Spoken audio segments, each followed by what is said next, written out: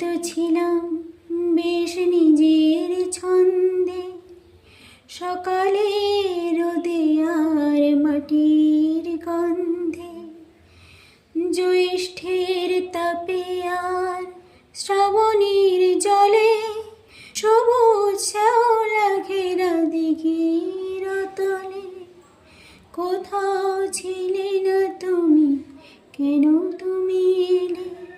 কেন গান এনে দিলে? কেন তুমি এলে?